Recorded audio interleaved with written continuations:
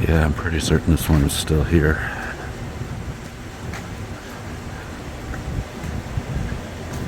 This is Butler Street, just off of Bond.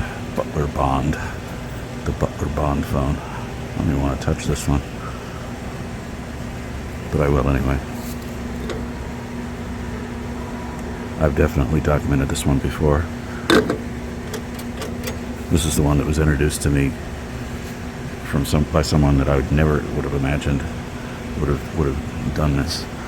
But she's this woman I dated briefly a few years ago. And she didn't tell me where she was taking me or why we were going this way. And I was starting to get nervous because it, on first pass, seemed like kind of a sketchy neighborhood.